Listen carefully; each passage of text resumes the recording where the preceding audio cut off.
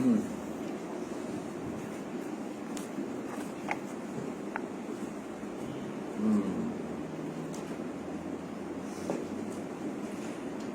ini kita baca perkataan musannif, wa ma ya'taqiduna min usulid dini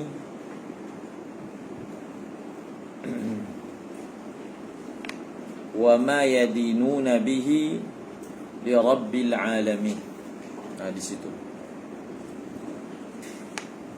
Ini adalah sebutan bagi penjelasan bagi i'tiqad ahli as-sunnah wal jamaah di atas mazhab fuqaha millah, iaitu Imam Abi Hanifah An-Nu'man bin Sabit Al-Kufi dan Abi Yusuf Ya'qub bin Ibrahim Al-Ansari dan Abu Abdullah Muhammad bin Al-Hasan Al-Shaybani ridwanullah alaihim ajma'in. Wa ma ya'taqidun. Jadi wa ma ya'taqidun itu ma diatafkan dengan i'tiqad. Ma ataf pada i'tiqad, ay zikru bayani ma ya'taqidun. Maknanya ma itu mabni, dia berada pada mahal jar. Faham? Si mausul. Wa ma ya'taqiduna, maka a'id dalam jumlah ini mahzuf. Wa ma ya'taqiduna min usulid din, ay wa ma ya'taqiduna hu min usulid din. A'idnya mahzuf. Faham? Wa ma yadinun, sama juga ataf.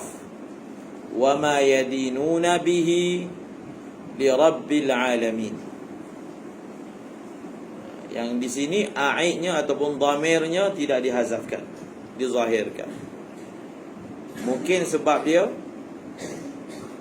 oleh kerana dhamir dia itu adalah majrur, ada sekali dengan huruf jar, maka dia tak dihazafkan, zahirkan. Adapun dhamir yang sebelum ini dia terus sambung. Sebab kalau nak dihazafkan maka kena hazaf wa ma yadinun, maka yang dihazafkan bihi. Bihi itu dihazafkan. Sekali dengan jar itu dihazafkan, maka tak dihazafkan. Wa ma yadinuna bihi li rabbil alamin. Apa yadinun? Yadinun ni apa? Yang qadun. Yadinun maknanya yang qadun. Yang qadun makna apa? Tunduk. Mereka, apa yang mereka tunduk dengannya, ataupun mereka beribadah dengannya, mereka beragama dengannya. Faham? Din. Wa ma yadinun ay wa ma yanqadun, apa yang mereka tunduk, mereka patuh dengannya untuk Tuhan semesta alam. Untuk Tuhan semesta alam.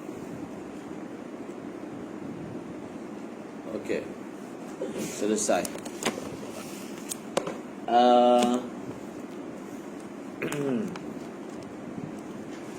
Di sini kita akan bahaskan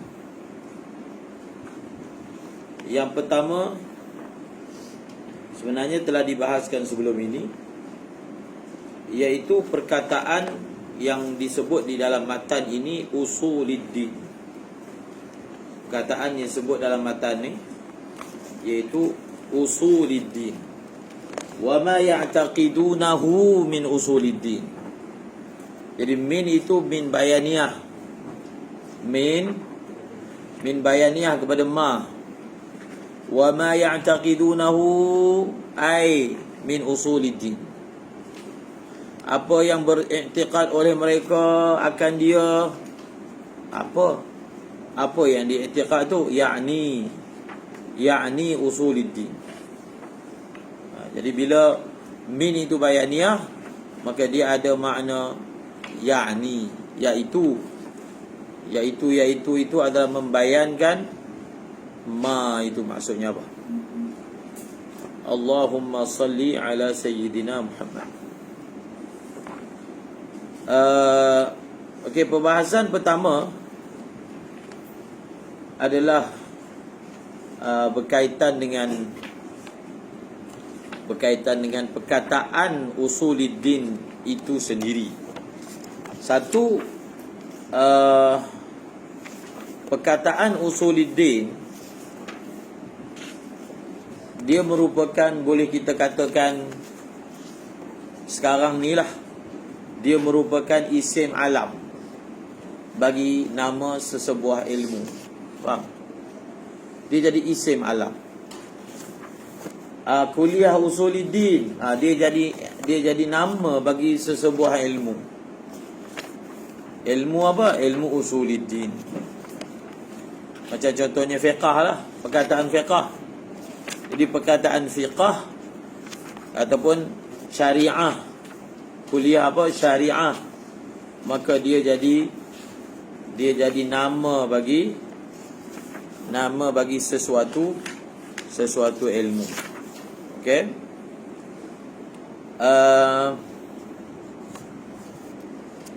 Tetapi yang dalam matan ni, yang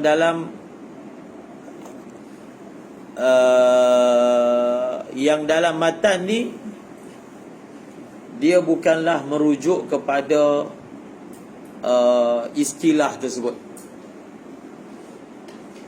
Dia bukan merujuk kepada nama alam bagi istilah tersebut.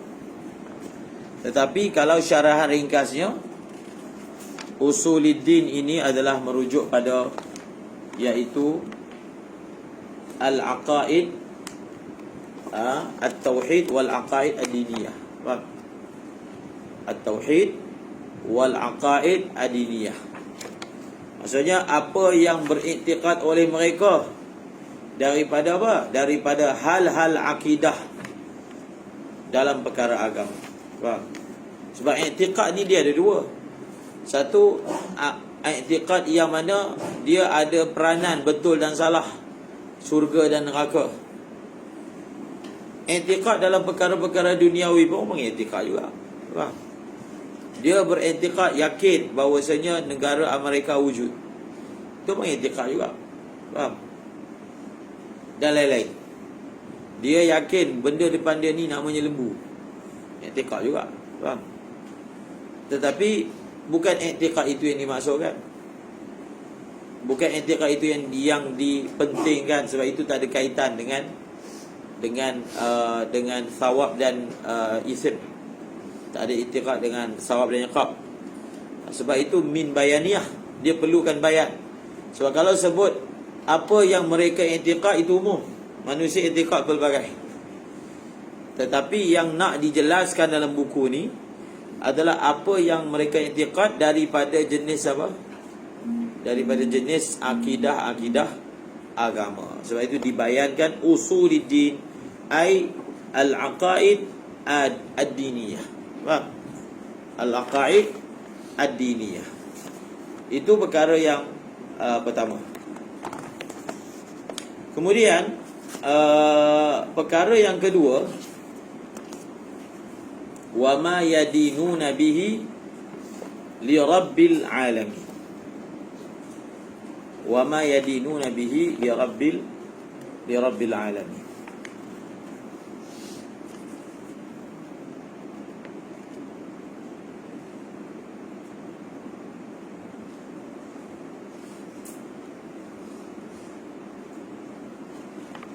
Jadi apa maksud perkataan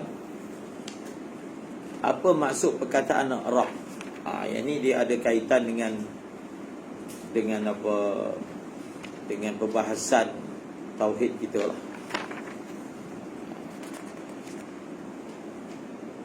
Wa ma yadinuna bihi li rabbil alamin. Panjang.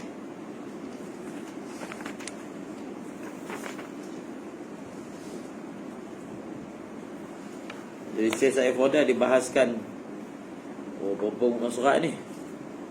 28, bukan, 23 muka surat bahaskan perkataan wa ma yadinuna bihi li rabbil alamin. Kita tak nak sebutlah kat sini. Dan ada perbahasan itu dia berkaitan dengan apa? Dengan golongan ataupun aliran yang tidak benar lah, ataupun batil pada zaman ini.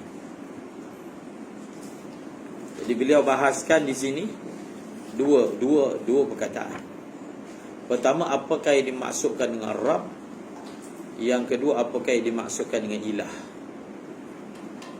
Alhamdulillahi Rabbil alamin. Alhamdulillah, kalimah Allah itu berasal daripada perkataan ilah. Lillah Rabbil alamin. Maka kenapa dibahaskan panjang ni? Kita hanya bagi isyarat saja. Dia ada perbahasan yang masyhur lah, dipanggil istilahnya Tauhid 3. Faham?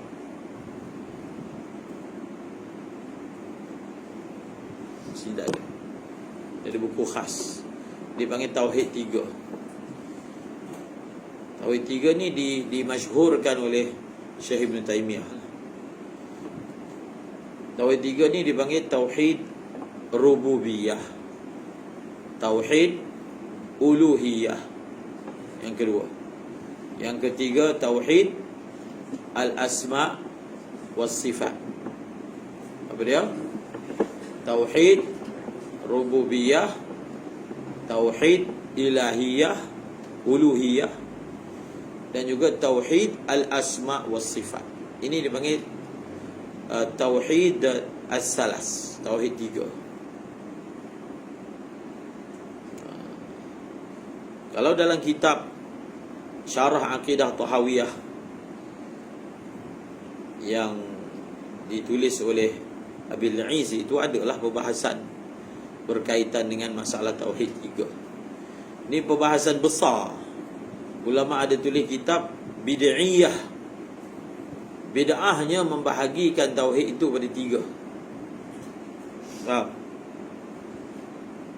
Saya pernah tanya guru yang mengajar Tauhid ni, Syekh Darwish, bagaimana ni?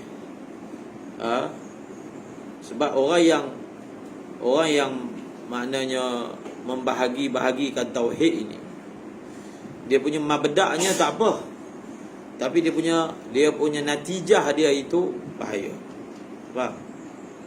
Kalau seseorang itu dia im'an di dalamnya, maka dia akan mudah untuk mengkafirkan orang Islam. Ini macam mana?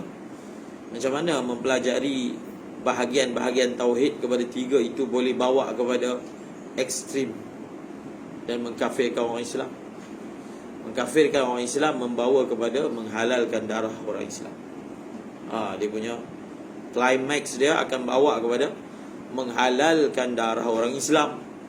Jadi dia datang melalui mana? Faham? Bukan semua orang yang mempelajari Tauhid 3 tu akan sampai kepada kemuncak tu. Tapi yang sampai kepada kemuncak tu, dasar pembelajaran Tauhid dia adalah dengan membahagikan kepada 3. Maksudnya mereka kata ada di kalangan manusia yang dia ada Tauhid Uluhiyah ada, tapi dia tak ada Tauhid Rububiyah. Orang musyrikin ni Tauhid Uluhiyah ada, tapi Tauhid Rububiyah tak ada. Dengan dalil wala in sa'altahum, ini ayat masyhur ni perbahasan dia. Wala in sa'altahum man khalaqas samawati wal ard la yaqulunna Allah. Jadi mereka kata orang musyrikin ni dia Tauhid Uluhiyah ada. Apa maksud Tauhid Uluhiyah? Mengaku Allah itu Tuhan. Ilah, mengaku Allah itu Tuhan.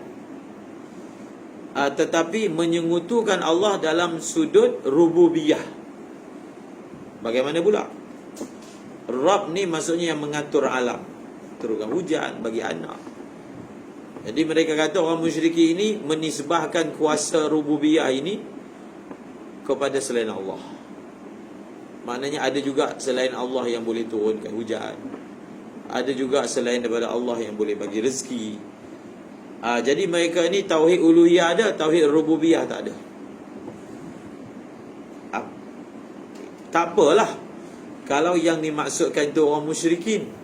Yang itu memang Al-Quran sini iktiraf mereka ni kafir. Tetapi di-applykan pembahagian ni kepada orang Islam semasa. Faham tak? Dia kata ada di kalangan manusia ni, dia punya tauhid dia bila tanya Tuhan siapa? Allah. Tapi mereka ni orang musyrik. Sebab apa? Menisbahkan kuasa-kuasa kepada selain Allah. Contoh, berdoa, bertawassul kepada para Nabi contohnya. Kenapa minta dengan Nabi? Minta dengan Allah. Maka dia ni tauhid, bila ditanya atas mulut dia, siapa Tuhan? Allah. Tapi dalam urusan doa tak minta dengan Allah, maka orang ni musyrik, kafir. Itu secara umum. Itu dia bawa tu. Syekh Muhammad Darwish kata, kalau sekadar kita mempelajari taksim tauhid itu kepada 3, untuk macam contoh kita belajar sifat 20, sifat tu dibahagikan. Kita ada sifat salbiyah, kita ada sifat ma'ani, kita ada sifat ma'nawi, kita ada sifat nafsiyah. Bahagi juga. Tapi tak sama. Pembahagian itu hanya sebagai aksam sahaja. Aksam yang talazum antara satu dengan yang lain. Tetapi yang ini tauhid 3 ni, antara kritikan mudah pada tauhid 3 ni simple je. Maksud kamu, dia perkataan tauhid dengan syirik ni, dia adalah seperti air dengan minyak. Dia tak boleh bercampur. Bagaimana kita boleh kata orang musyrikin ni dia tauhid uluhiyah, dia tauhid ni maksudnya dia ada tauhid jugalah, tapi tauhid campur syirik. Mana ada? Mana ada orang ni dia muwahhid dalam masa yang sama dia musyrik? Tak ada. Salah satu je. Sama ada dia muwahhid ataupun dia musyrik. Kalau dia musyrik, dia bukan muwahhid. Kalau dia muwahhid, dia bukan musyrik. Faham? Maka dalam pembahagian tauhid 3, ada manusia dari satu segi dia muwahhid, iaitu mengatakan Tuhan itu Allah. Tapi dari satu segi lain dia musyrik. Ini adalah daripada segi taksimnya itu pun adalah gagal. Daripada segi teknikal, akademiknya. Kalau gagal setakat itu tak apa, tapi dia membawa kepada ekstrim, dia akan mudah kafirkan orang, musyrik. Pelbagai lah. Ada yang sampai mengatakan siapa yang ikut satu mazhab ni, dia samalah dengan orang-orang Yahudi, Nasrani. Ittakhadhu ahbarahum, macam ayat tu pula kan. Ittakhadhu ahbarahum wa ruhbanahum arbab. Nampak? Di sini pun Allah Ta'ala sebut Rab ni, ada orang menjadikan Rab ni selain Allah. Dia kata tak ada tauhid rububiyah ni. Nampak tak? Jadi masalah akidah pula, kita dah pernah sebut sebelum ni, menjadikan masalah tamadhub, bermazhab itu merepek. Jadi sampai masalah akidah, bawa kepada kafirkan orang, akhir sekali halalkan darah orang, bunuh orang Islam. Itu yang berlaku. Ini bukan teori, dia benda itu berlaku. Berlaku. Sebab itu taksim ini adalah taksim yang bid'ah. Ulama mengatakan dia adalah taksim. Ada buku yang ditulis bahasanya. Sebab itu kita kena nak memahami kesalahan taksim ini adalah dengan kita memahami apakah yang dimaksudkan dengan Rabb, apakah yang dimaksudkan dengan ilah. Boleh ke berlaku seseorang itu dia mengisbatkan uluhiyah kepada seseorang, sesuatu zat, tapi dalam masa yang sama dia tidak mengisbatkan secara tunggal rububiyah. Dia mengisbatkan uluhiyah kepada satu zat, secara tunggal, maksudnya tauhid. Tapi dalam masa yang sama dia tidak mengisbatkan secara tunggal, bahkan secara bersekutu ar-rububiyah. Jadi untuk memahami perkara ini, maka perlu difahami apakah yang dimaksudkan dengan Rabb. Faham? Bila satu orang itu dia mengaku sesuatu zat itu Rabb, tu apa maksud dia? Yang kita dok baca Rabbil Alamin, tu apa maksud? Allah adalah Tuhan semesta alam. Dalam bahasa Urdu, Tuhan ni dipanggil Khuda. Tetapi Mufti Maulana Tariq Jamil dia selalu tegur lah. Dia kata walaupun kita panggil Khuda ni Melayu ni Tuhan lah, tetapi kita hendaklah guna bahasa yang syarak guna, iaitu apa? Sebab Khuda ni pun diguna kalau dalam bahasa Urdu lah. Orang Hindu pun panggil Tuhan ada Khuda juga. Kita guna apa? Allah. Faham? Ataupun kita guna Rabb. Terus perkataan tu. Sebab dia dah jadi bahasa syarak. Itu yang jadi kesilapan tu. Disengajakan ke tak disengajakan ke, bila berbangkit isu menterjemahkan nama Allah ke dalam Bible di Malaysia lah berlaku. Jadi ada tuntutan daripada orang Kristian untuk perkataan God tu dalam Bible, Jesus, God, bila buku Bible tu nak diterjemah ke bahasa Melayu, maka digunakan perkataan Allah. Mereka kata itu adalah terjemahan. God terjemahannya Allah. Nampak? Sedangkan Allah itu isim alam, nama. Dia bukan jins, dia adalah nama. Jadi God tu kalau nak terjemah Tuhan je, bukan terjemah Allah. Macam mana pula sesuatu yang jins diterjemahkan isi alam? Contohnya lelaki. Datang seorang lelaki, kita terjemah datang Zaid. Zaid itu isi alam kan? Ja'a rajulun, telah datang oleh Zaid. Itu terjemahan dia. Rajul tu merujuk kepada satu jins, iaitu lelaki. God Tuhan lah. Dia terjemahan dia, kalau nak terjemah ke bahasa Melayu, terjemahan dia adalah Tuhan. Bas.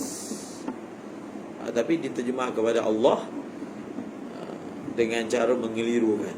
Okey? Jadi sebab itu kena faham apakah yang dimaksudkan dengan Rabb dan apakah yang dimaksudkan ilah. Perbahasan ni sangat penting.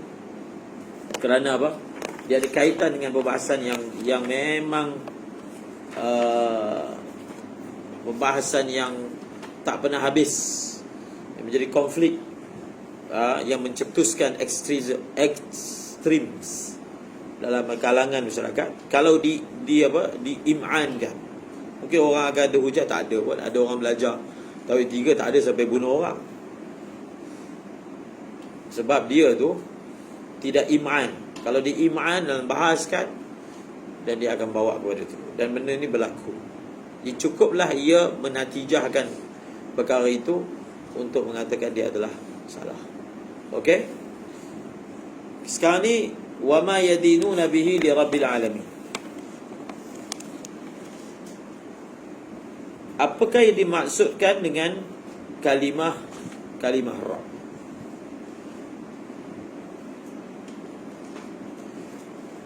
Setelah membahaskan secara panjang lebar, Syekh Said Fodah telah simpulkan. Inilah yang dimaksudkan dengan Rabb. Bukan semata-mata kita minta bantuan daripada selain Allah, kita mengatakan dia tu Rabb. Oh, payah macam tu. Dia kata, Quran kata, iyyaka na'budu wa iyyaka, hanya senya kepadamu kami mohon pertolongan. Ahmad, tolong ambil air. Maka yang meminta Ahmad ambil air itu telah menjadikan Ahmad sebagai Rabb dia. Takkan semudah tu. Faham? Takkan suruh Ahmad ambil air jadi Rabb pula. Pelbagai lah. Tapi mereka tak katalah macam tu. Sampai ambil air pun begitu. Kata seseorang yang meminta, pelbagailah ditarik, itu bahasan panjang, tak habis-habis. Masalah istighasah atau meminta kepada selain Allah. Digunakan kaedah apa? Meminta kepada selain Allah dalam perkara-perkara yang Allah saja boleh buat. Maka perbuatan itu barulah syirik. Kalau meminta kepada selain Allah yang apa? Yang manusia pun boleh buat, itu tak syirik. Sebab itu kalau nak meminta kepada orang yang telah mati tak boleh. Orang hidup boleh. Jadi itu pun keliru. Selain daripada Allah ni tak boleh buat apa-apa, walaupun benda yang kecil. Mana ada benda yang selain daripada Allah boleh buat? Secara tunggal lah, secara istiqlal, secara tidak perlu bersandar. Jadi itu perbahasan yang dasar dia adalah tidak memahami apakah maksud seseorang itu menunggalkan sifat Rabb kepada zat. Jadi apa maksud orang itu? Dia ada pengakuan, pengesaan kepada Allah. Mengesakan kepada Allah, maksudnya beriktikad Rabb itu secara tunggal hanya satu, itu Allah. Jadi apakah yang dimaksudkan? Satu orang itu dia telah syirikkan Allah dengan menisbahkan juga Rabb ataupun kuasa rububiyah kepada selain Allah. Apa maksud dia? Kalau kita faham apakah yang dimaksudkan dengan Rabb, barulah kita faham apakah yang dimaksudkan seseorang itu menyekutukan Allah dalam perkara Rabb. Semata-mata meminta bantuan orang, tak jadi kita menjadikan dia juga Tuhan, Rabb. Okey, ini yang kesimpulan. Selepas bahas segi lurah, ini kamu belajar dalam tafsir kan, Rabb tu datang dari kata apa dan seumpamanya. Jadi Syekh telah khulasahkan, Rabb ini adalah nisbatu at-tasarrufil mutlaqi alladhi la yuqayyiduhu qaidun ila Allah Ta'ala fi tadbiri syu'unil alamin. Ini baru Rabb. Kalau orang itu beriktikad perkara ini kepada selain Allah, dia telah menyekutukan Allah dalam perkara rububiyah. Kalau dia iktikad perkara ni kepada selain Allah, maka dia telah melakukan syirik kepada Allah dalam perkara rububiyah. Apa dia? Sekali lagi, nisbatu at-tasarruf al-mutlaqi alladhi la yuqayyiduhu qaidun ila Allah Ta'ala fi tadbiri syu'unil alamin. Fi tadbiri syu'unil alamin. Nisbatu at-tasarrufi al-mutlaqi alladhi la yuqayyiduhu qaidun ila Allah Ta'ala wahdahu, tinggal tadi, wahdahu fi tadbiri syu'unil alamin. Nisbatu at-tasarrufi al-mutlaqi alladhi la yuqayyiduhu qaidun ila Allah Ta'ala wahdahu fi tadbiri syu'unil alamin. Bila seseorang itu mengatakan Allah itu adalah Rabb, ataupun apa maksud Rabb? Rabb ni, bila kita kata Allah itu Rabb, maksudnya apa? Kita telah menisbahkan kepada Allah tasarruf yang mutlak. Mutlak ni lawannya muqayyad. Maksudnya dia independent, tak perlu pada siapa pun, mustaqil dalam perbuatan dia, dalam mengendalikan urusan alam, turunkan hujan, tumbuhkan pokok. Dia adalah independent, istiqlaliyah. Dia tidak dikaitkan dengan apa pun kait dalam segala urusan, menghidupkan, mematikan dan seumpamanya. Dan itulah yang maksudnya Rabb. Itu yang dimaksudkan, tak ada sesiapa yang bersifat dengan sifat ini selain Allah. Tasarruf yang mutlak. Kalau contohnya, satu orang itu dia tolong kita, dia kata dia ni bantu saya, kamu syirik dah. menisbahkan makhluk boleh bantu ni, syirik. Tak syirik, faham? Nampak tak mudah. Jadi kita pun karkum pun kadang mudah syirik-syirik orang. Saya makan tadi kenyang, syirik tu ayat tu. Jangan main-main perkataan syirik, kan? Syirik betul jadi kafir, kafir bunuh orang. Faham? Kaedah di kafir bunuh lah. Sebab itu berlaku peperangan di Syria. Anak kepada Syekh Awamah, bukan, ada seorang lagi Syekh datang sini, tengok bagaimana Daesh ataupun ISIS bunuh orang. ISIS ni orang Islam lah, tapi dia bunuh orang Islam juga. Bila kita kata pada dia, pergilah serang Israel tu, membunuh orang Islam, pergilah lawan waktu tu kerajaan ke yang mereka dakwa kafir, dia pergi lawan mujahidin juga. Sebab mereka kata orang Israel tu orang kafir, yang mereka ni orang murtad. Faham? Orang murtad lebih teruk daripada orang kafir. So kita bunuh orang murtad. Jadi pergi bunuh. Dia murtadkan orang, betul dia bunuh, betul dia tinggalkan orang yang sebenar-benarnya kafir, kan? Nampak tak ada punya bahaya dia. Dengan alasan orang ni telah murtad, orang murtad lagi teruk daripada orang kafir. Maka kita mulakan dulu, habiskan dulu orang murtad ni. Dia dakwalah orang tu murtad dengan perkara-perkara yang tak ada kaitan. Jadi tidak memahami apakah yang dimaksudkan, pelbagailah dia jadi sesuatu yang sangat bahaya. Dan Nabi dah bagi amaran golongan-golongan ini akan muncul. Sebab apa? Dia panggil khawarij, kan? Khawarij antaranya yang mana orang buat dosa je kafir. Faham? Kafir tak apa, lepas kafir halal darah. Itu dia punya ekstrim. Bunuh. Jadi bunuh. Orang tengok bola, bunuh. Kafir yang tengok bola. Sebab apa? Orang yang tengok bola pakai seluar pendek. Siapa yang tengok bola, dia redha dengan maksiat. Redha dengan maksiat kafir. Macam tu je, mudah je kafir orang. Yalah dia pergi sorak, kan? Orang tu kan tengah pakai seluar pendek. Jadi dia redha dengan maksiat ni. Orang tu kan tengah buat maksiat. Dia kata ar-ridha bil ma'siyati kufrun. Sepatutnya ar-ridha bil ma'siyah ni maksiat ke? Kufur murtad. Dia asalnya Islam, murtad. Orang murtad, man baddala dinahu faqtulu, Nabi kata. Sampai tukar agama, bunuh. Faham? Jadi bahaya. Jadi jos yang tak terpimpin ni boleh bawa kepada merepek. Wallahu a'lam bishawab.